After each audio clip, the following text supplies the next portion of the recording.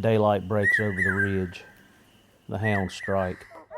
No crowds, no cameras, just a track and the hounds that bring the story to life. That's what this show's about. Dogs, dirt roads, early mornings, and the people who live it. This is Creekside Chronicles. Hounds, hunting, and heritage. I am your host, Heath Hyatt, houndsman, hunter, and a lifelong student of the outdoors. Here, we chase more than game. We chase knowledge about hounds, hunting, and living the outdoor life the right way. From bear country to back roads, this is where the hunt meets heart, and every story runs a different trail. So pull up your chair by the creek, leash up your best hound, and let's get after it together. Performance starts in the feed. Inukshuk's high-fat content fuels long runs and hard hunts, giving dogs the steady energy they need, while quality protein supports faster recovery after the work is done. That's why I trust Inukshuk dog food. Packed with energy and nutrition dogs need to go further, run harder, and recover stronger. If you want extreme performance, you can look them up at Inukshuk Professional Dog Food or CoreyNutrition.com. Welcome back to the Creekside, where you know we're going to talk about everything from the woods to the water. We're going to talk about it all. If you've been listening along, you're a part of the Creekside crew. Get that chair out of the back of your truck. Get it over by the campfire. I'm going to grab another log. We're going to get this adventure started. Because today, we're going on an adventure. Bear with me a little bit, because we're going to be scatterbrained all over the place today. But first, I want to give a big shout out to Scott in Australia. Sent me an email, had a great conversation about breeding, and that all spawned from the podcast with Bart a couple of weeks ago. I actually got several messages inquiring about thoughts, and after going back and listening to that again, I actually Bart and I had talked about going back into the same line after stepping out. Actually made that cross, and if you're following along, the pup that I'm fooling with right now, Zeke, is going to be one of those crosses. So it's going to be interesting to see how he matures and how he ends up. So you'll want to follow that adventure. We're putting on a 4-week basic detection handler school. And last week, myself and Rob, the other trainer, were having a conversation about dog food. And he started imprinting the dogs with food. So he chose to go with another line of food. But we got to talking about Inukshuk, and we both agree, everybody each to their own, and it's always a price point involved and personal. I mean, what you like personally. But I've had several questions literally over this last week since he and I had that conversation about Inukshuk. People's asking me questions, and it seems like it goes through spurts, I guess. But he and I both agreed that it is by far the best food that we have fed. And I've been feeding dogs for 32 years now, and there's not a whole lot of dog foods that I haven't tried or at one point in time fed. I have got on kicks where I feed a certain food for extended periods because I felt like it was doing what it should have been doing. But I'm going on 5 years with the Inukshuk, and Rob's feeding it to his personal dogs, his working dog, and the results for working dogs are just, they're there. The proof is in the pudding. That's where it's at. So once we get these dogs switched over, then I think we're going to put them, the new dogs, because they're going to be in our group, we're going to put them on Inukshuk too. But for training purposes, he chose to use something else because the method he was using needed a certain engine, right, to drive it. But after discussion, there's just no comparison from what I see. So just want to throw that out about Inukshuk. Like I said, I've got a lot of questions about it, and I highly recommend it. I got a question. I'll just go ahead and put one thing out. I get a lot of questions about, what formula are you feeding it? Why are you feeding it? For puppies, and if you look at Inukshuk's website, a 2616 is where you want to start at. And plus, it will, you can soak it in water or whatever you're using and make a mush out of it. With a 3025, it takes a long time to get that stuff soft. So the 2616 is what I would recommend. I usually switch in fact, Zeke's getting ready to turn 16 weeks old, 4 months, and I'm already mixing his half and half. I'm doing 2616 and 3025. So 2616 for puppies, for just year round, and y'all have heard me talk about it before. Year round, I'm feeding 3025. That's what I'm feeding. In fact, of course, it's hot here now. I'm literally feeding all of my dogs, all of them, 16, just so we have a count, less than 2 cups. All of them, less than 2 cups. And my dogs are still on that probably 2 cheeseburgers of being heavy, right? They're a little bit heavier than I'd like them, so I'm even cutting back off of that. But we're not doing anything with them right now. I'm gonna mow today. I'm gonna let them out 2 at a time while I'm mowing. Let them get around the yard and run around a little bit. It's not like hunting. It's not like exercising. But I'm cut them back. Like I said, my dogs are all getting under 2 cups right now.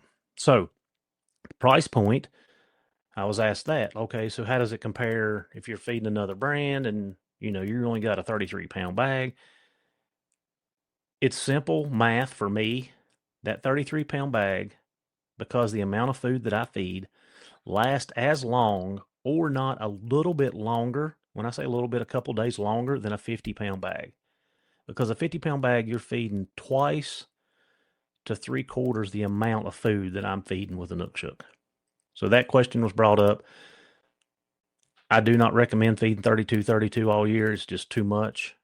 I switch my dogs over in October, and I'll feed them from October. I buy 20 bags of it, and however long that 20 bags last. In fact, I got 2 bags left. I quit feeding it in March, and I still have 2 bags left over. So 18 bags I fed from October till March. And I'm only feeding that to the dogs that I'm running constantly or hard. I'm not feeding it to the dogs that I'm not doing that with. So 16, I'm feeding 8 of them, maybe. And the dog, my younger dogs that I'm switching in and out, or I'm taking every once a week or twice a week, I'm still keeping them on the 30-25. So just a couple questions that's come up about the food. I get questions all the time. I try to answer them to the best of my ability. But yes, I highly recommend it. I'm a proponent of it. I see not only in my hounds, but I see it in our police dogs, our working dogs. It is a very good quality food, high energy, keeps dogs up, and helps them do what I'm asking them to do, no matter what field I'm in. So, just saying that to clear up some stuff. Yesterday, went to Roanoke and went to the Virginia Bear Hunter Association meeting. A lot of good conversation, or there was conversation about some deficiencies the lack of, and changes. So the guys in Virginia that are listening to this, I've been on the fence with some of the stuff that's been going on. And I will just tell you how I feel about it. I know that there's some change coming to Virginia. And I know that that's kind of where we're divided. That some people are okay with change and some people don't want any change. But during the meeting, the president, Hunter, said that the VBHA has basically stood on the hill, drew a line in the sand, and said, we're not giving an inch. And he said that those days are over. And I understand what he's saying. Nobody likes change, but we have some choices to make. And it's either we're going to be part of solving or part of this problem solving, coming up with solutions that we can live with, or we're going to draw a line in the sand and say we're not moving, and changes are going to be made without our input. And you've got to decide as a hunter, because everybody that was there yesterday are there because they care. They got time invested in their hounds. They've got money invested in their dogs, their equipment, their vehicles, the upkeep and maintenance of their dogs, and trying to preserve a tradition or a way of life for us. And it's very important to them. People are very passionate about it. But we know that 1396 didn't go away. Yes, it was defeated in legislation last year. And from what they said yesterday, we should probably thank Cree Deeds, because I think he was the deciding factor on that. He has actually saved us, I know of 2 or 3 times, 2 for sure, on hound legislation. So we either accept the fact that we need to move forward, or we can stand where we're at and take a huge risk of being left out and changes made that we are not okay with. So 1396 is coming back. I'm telling you, we've had conversations with the landowners group. We've had conversations within our organizations, and they're going to come back stronger and more prepared this time. They were caught off guard because they went after the deer hunters last year. And when everybody else stepped in, they weren't prepared for that. They're going to be prepared for that this year. And they're going to add some amendments, and they're going to make some changes that they think that they can get around what we actually stopped. So that led into another conversation. And thank you guys for listening to this, because it's important not only to Virginia, but how it trickles down and affects everybody else throughout the country, is participation. And I know from sitting on the board with the ABF that this year we had a lot of hurdles that we had to overcome, or a lot of questions. And people think when they pay memberships, and I actually did a whole podcast on this, that those 4 or 5 people that sit on the board or officers of that organization are doing all the work. And I can promise you, they're doing as much as they can.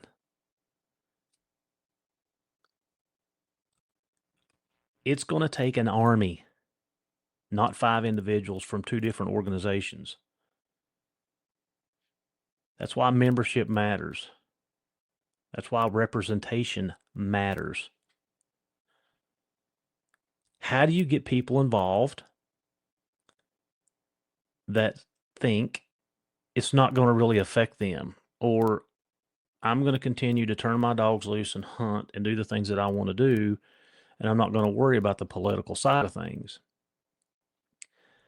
I don't have an answer to that question. I know it's through having conversations, building relationships. I feel like education on both sides of the aisle are important. On the hunter side of it, we need to be able to explain and articulate why we do the things we do and how it benefits the ecosystem. And I think we need to be able to educate the non-hunters and the people that don't understand what it's about. I think there is a huge gap within that realm of things. We need to do a better job as hunters to be able to do that, because things are changing. The population is changing. The influx of out-of-state people moving into our state are changing. We can go down a whole list of things that are changing, and change is inevitable. It's going to happen. And I say this, especially around the police side of things in my office. The officers complain about not having change nonstop, but when change happens, they don't want to be part of the change. And that's the truth. So the meeting yesterday, there are going to be elections next month in Tazewell. So everybody should come out to Tazewell. And I encourage you to join, even if you don't feel like you should or you need to, or you've had mixed feelings about the organization. It's time that we're going to have to step on the same field together and move in a direction with a positive force. So the next meeting is in Tazewell in Thompson Valley. It's a school. It's July 25th. Like I said, I encourage everybody to come. If you want to join the Virginia Bear Hunter Association, you can go to W Supply, right? Our great sponsor. And you can go and join there. You can get your membership there. Probably the easiest route at this point. But again, guys in Virginia, guys and gals, this is coming back. And 5 people can't fight a fight for the whole state. So we need to get prepared. We need to get a plan. We have to get organized. And we are going to have to prepare to fight again. And I don't like fighting these fights every year. Like, I just want to go hunt. And I think that's how everybody feels. I just want to be able to be left alone, load my dogs in the box, drive to an old country dirt road, get my dogs out, and hunt. That's what I want to do. But if somebody's not fighting for us, with us, because of us, we're all going to lose. Sooner or later, we're all going to lose. So that's why I encourage you to get involved. Have a say so, have a voice, and help us as hunters continue to do what we love to do. That's enough on that. July 25th in Tazewell. I expect to see everybody there. I'll be glad to see everybody there. Now, let's get back to Alaska. I only got you through like a little bit of it. So the second day, Saturday, is when we started our journey of basically surviving on PB&J. I ate enough PB&J sandwiches while I was in Alaska that I still like them, honestly, that I probably have to never eat one again. But with the travel, the distances between towns, the daylight jacked up, we eat a lot of PB&J. We packed them. We had them I literally had them for breakfast, lunch, and dinner one day. But second day, we decided we're going to go to Denali National Park. So it is a little over 200 miles from where we are staying in the great town of Wasilla. So we get up that morning, get everything packed up, our lunches, our rain jacket. We got everything in the back of the car. And we start on this journey, 200 and some miles to the Denali. So we are 100+ miles. And let me tell you, if you've ever traveled, I think it's, like I said, I need to look it up, Route 1 or Highway 1. If you've ever traveled that, once you leave the area of Wasilla, it's like 50 miles till you can cut off to Talkeetna, 52 miles, I think. There's a little gas station there. There's a Circle K or something right there on the right. And then from there up, there's nothing. Again, there's a couple coffee shops and some dispensaries. There's nothing. There's nothing in between. If you don't have enough gas to get you 100 miles, you're probably walking. So it's very a desolate road. So we travel. We're 100+ miles into this. We had went through the south viewpoint of Mount McKinley, and we're traveling through this one area, and of course there's a car pulled over on the side of the road, and I'm like, what are they looking at? So we slow down and we pull in front of them, and of course it's a moose standing on the bank. Take some pictures, and off we go. And we get up into this one little area, and it's almost like tundra area. It's got some trees, and it's got a creek running through it. And Chelsea looks out, she goes, there's a chicken on the side of the road. And we are like, a chicken? There ain't no chicken on the side of the road. I was like, we're in the middle of the wilderness. There's nothing but coyote, wolves, and eagles. Chicken's not surviving in this. So we're laughing and we're carrying on, and we're like, there ain't no chicken. You're seeing things. No, I saw a chicken. You didn't see no chicken. Like, we're in the middle of nowhere. We're 100 miles from anything except trees and woods and water.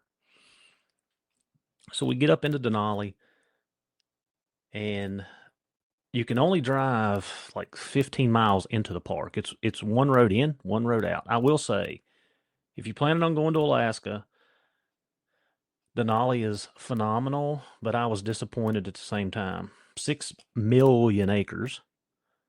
There's one road in, one road out. The road was shut down at mile marker like 43 because of the side of the road had caved in during a flood or something, and they were still working on it. It's going to be open next year, so you can travel all 92 miles of it. But you have to go after mile marker 15. You've got to take a bus. That's the only way. They take a bus in and a bus out. It's the only way in. Now, if you want to go hiking, there are no hiking trails. You can tell the bus driver to stop. He'll let you out. You can hike wherever you want to hike.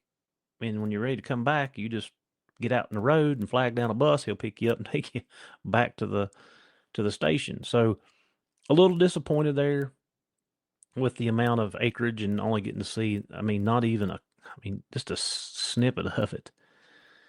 So we get taking the bus up into the Denali. We did see a caribou. Seen, of course, moose. Seen, what else do we see? Grizzly, saw a grizzly. But we get up into the park on the bus, and the bus driver is like, okay, to your left is this point, and you may see some doll sheep on blah, blah, blah, blah. And we drive up a little further, and he's like, over to your right is this, and this is what happened here. And if you look at this point, and then we drive up a little bit further, and he goes, and here's the Alaskan bird, the ptarmigan. And we all look out the window, and Chelsea's like, that's them chickens. So it was a ptarmigan on the side of the road. They're changing colors, so they're white and brown now, so they're kind of mixed up. And we all just die laughing that she thought it was a chicken, because if you know a ptarmigan, they don't have the comb over. They don't have it's just different. It's a bird, but it's not a chicken. So that was the funny for the day. We did go into so Denali is one of the only national park that has their own sled dog team. So we went in and seen the sled dogs, their setups, Their puppy pen, I think I'm going to recreate that for me. That's something I'm going to work on this fall.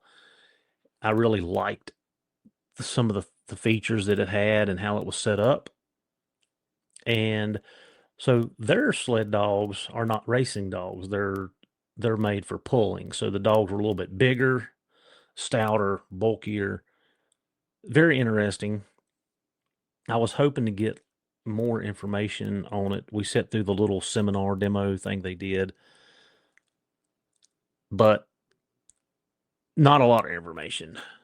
Not for what I was looking for. Like I wanted to ask a lot of questions, but the little feller, given the speech, I don't know how qualified he was for that. I don't mean that in a bad way. I'm just saying, like, was he a really dog person that handled these dogs, run these dogs, and so on and so forth? They did have volunteers that come in and actually walk the dogs. They walk them. So when we come out of the park, there was ladies walking the dogs. They were quite a ways. They probably 2 or 3 miles away from the um, dog shit, the dog lot where they actually had the dog's house. So that was interesting. We get out of the park and we're going to head home. And we, again, remember, talked about the gas. I had enough gas. We stopped at a couple of viewpoints, took pictures of Mount McKinley from different spots, the north side, the south side. Seen a porcupine in the road, took pictures of that. So we get back down to the Circle K, and that goes into where Talkeetna is. And we pull in, and everybody's like, "Oh, the police got somebody pulled over." So I look over, and it's Alaska State Troopers, and there's two of them. And I'm like, "Oh, that must be a domestic or something. It's a man and a woman." And as we drive around the side, they've got a camera out. And I'm like, "Oh, they're filming Alaska State Troopers." So it just so happens we end up driving by the camera angle. I got to find out what episode it is, but we going to be on TV. It's going to be great. But they were filming Alaskan State Troopers, and everybody was embarrassed to be driving through and be seen on TV. But I think it was phenomenal. So we're going to trace down that episode and see what it is. And when I do find out, I'll let you know. You can see us drive by if you're interested. On to some dog training. I told you we was going to be all over the place. This one's a winger. Zeke, I know we talked about it last episode about he's already doing some tracks. I did a pretty good track for him the other day. In the evening, I tried to keep it in the shade as much as possible because it's been up in the 80s, high in the mid to high. It's going to be 90s this week, mid 90s, which I'm not looking forward to, but try to keep it in the shade later in the evening. So a 30-minute old track is where I'm up to with pretty good length. And I mean, he just scorches it. He did overrun a turn, and he swung really, really wide on it, come back all the way back in behind, picked it up, and then he slowed himself down a little bit and ended up finishing the track. But this is what drives me in the dog world. I love seeing the dogs progress. I love seeing the dogs from puppy stage to figuring out how to use their nose, to climbing up on a bench and being off the ground for the first time, to loading in the truck. I have worked on some leading. We'll go over that in just a second. Like, just the progression of the dog, this is what excites me. And to watch how each dog does it differently, different speeds, different, like, so many different personalities in the dogs. But Zeke is really, he's moving along a little quicker than I can't say than unexpected, but he's moving along quickly. He picks up things really quick one time and he's moving on. So this evening, I may actually try to add a little bit more age to it. Maybe make it an hour old and see if I can get him to slow down a little bit. Because I like seeing that he picked his head up. He run with the track. Just like we talked about with Bart, and I was explaining what I'm looking for. Like if the track's movable, I need you to pick your head up and run with it. And he actually did that. And like I said, the puppy is, 12, 13 weeks old at this point. He'll be 14 weeks old, but moving along very well. Back to the mouthiness, doing very well out of the pen. Like I said, I've started to stretch out the duration. I need you to set. I need you to hold. It's just doing a little cap driving, capping his drive. Like I need you to do this, but I need you to do it calmly. So I'm stretching out the duration of holding him in the pen. He's coming out more calm, not ramped up. But last night when I come in, I started like, puppy talking to him, and he got excited and he was like, "Row, row, row, row, row, row, row, row," and running around in circles and flipping around, just being a puppy. That's what he was doing. So it's progressing. It's making progression. I've had him on the lead twice. He did not like that. I tried to film it, but it looked like a fish flopping out of water when I started putting pressure on him. And I'm going to change that up a little bit with what I'm doing. So I'll try to get that in on some videos and put out. My project dog. So yeah, when I got him, remember he don't want to get around the back of the truck. Didn't want anything to do with it. But his eating habits were like horrible. Like literally knock the bowl out of your hand when you go to feed. And I don't like that. I don't like it. So I had to start doing some blocking, and now I've got him holding. And when he comes to eat, he's not throwing food all over the place. When I say throwing food all over the place, I mean like sticking his nose down in it, like just going crazy. I've got him walking up to the bowl and actually eating it like he's have some sense. So I put off the truck side of it to work on the eating side of it. I know that a lot of people are like, well, who cares? It don't matter. But for me, it does, because I do not want to see any resource guarding. And when a dog is that aggressive over a bowl of food, I don't want to take any chances moving forward. Just stop it now.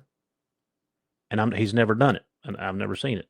But I know that is a behavior that comes with that. I know it's attached. So I just went ahead and started that process.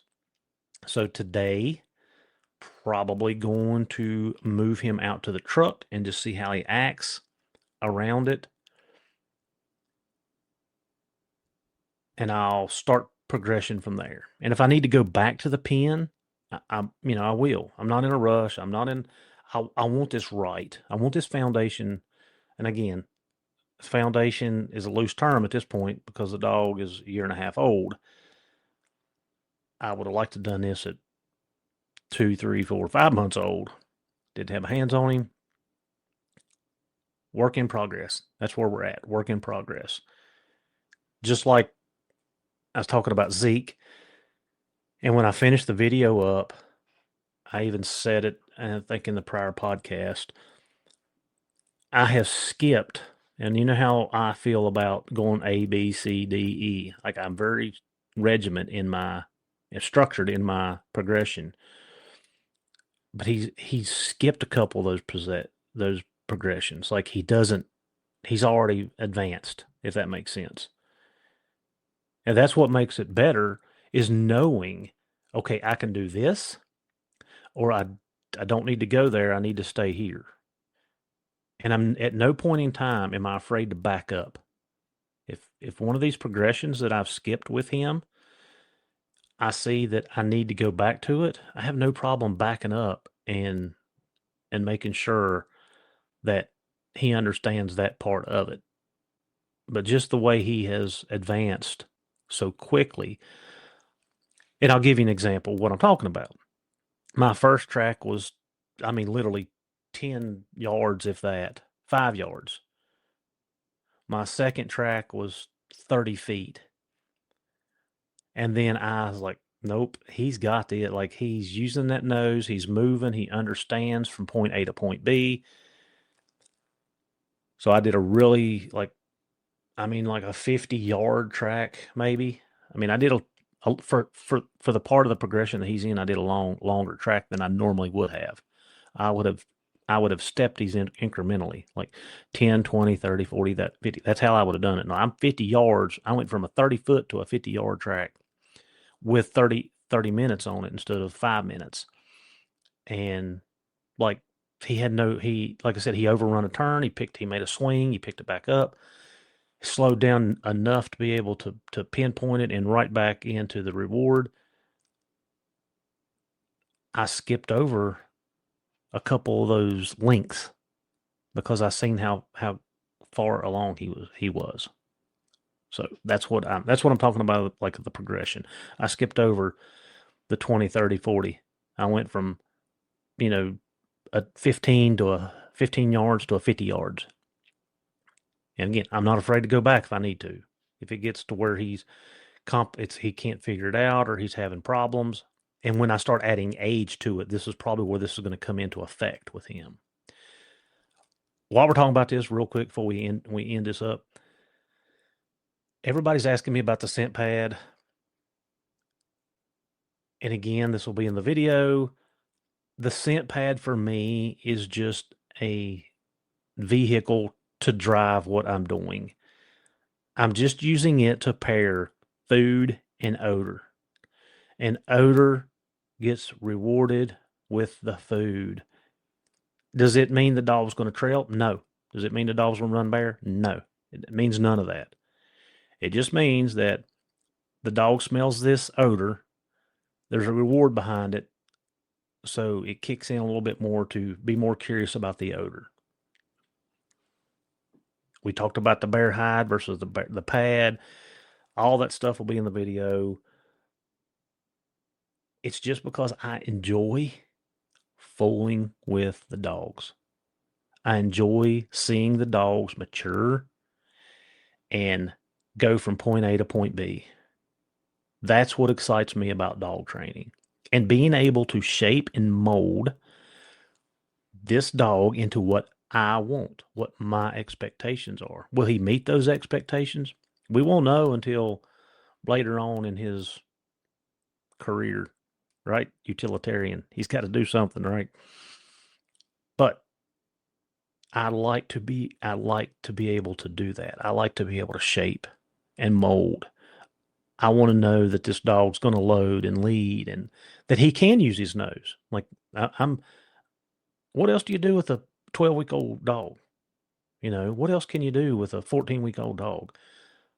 You can do some of these building blocks to say, okay, yep, he can follow an odor from point A to point B, and he can do it 5 minutes old and 30 minutes old in these type of environment or conditions. And he can do it an hour old in these type of conditions. He knows how to use his nose and go to point A to point B. That's all it does. That's all it does. And it gives me something to fool with in the evenings. Remember, the 5 minutes a day is more than 90% people, tongue-tied there. 5 minutes a day are more than 90% of the people are doing. And it gives me something to do. And it encourages me when I have young dogs for the outcome. That's all. Hope you enjoyed it. That's going to be a wrap for this week's episode of Creekside Chronicles. We appreciate you spending your time with us, whether you're in the truck, in the woods, or sitting by the creek just listening along. Thank you for walking this trail with us.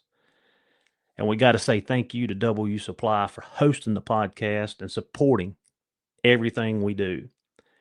Be sure to check them out and go to wsupply.com for all your hound hunting needs. Until next time, keep your dogs fed right, those leads tight, boots muddy, and we'll see you at the tree. Tailgate drops before the light, coolers packed and the rig sitting right, tracking collars charged, beeping green, boots in the bed and the rifle's clean. Dog box rattling, engines hum, we're chasing bear till the day is done.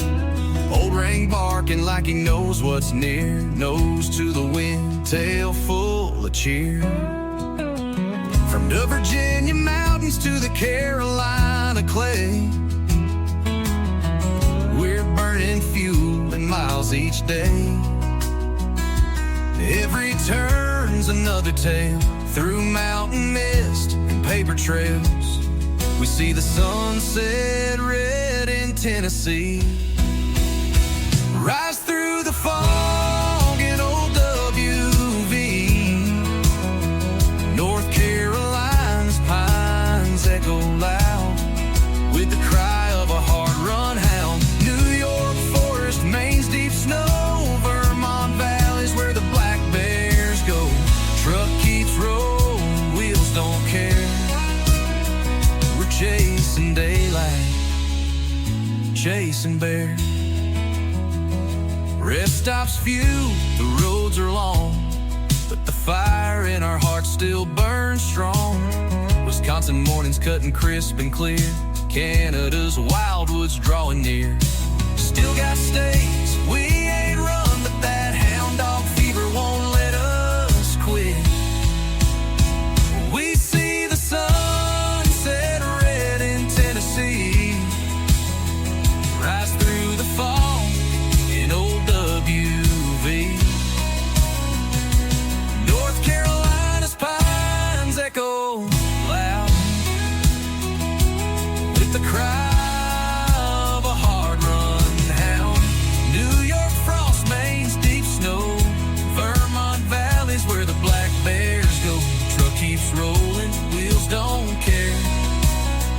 We're chasing daylight, chasing bears.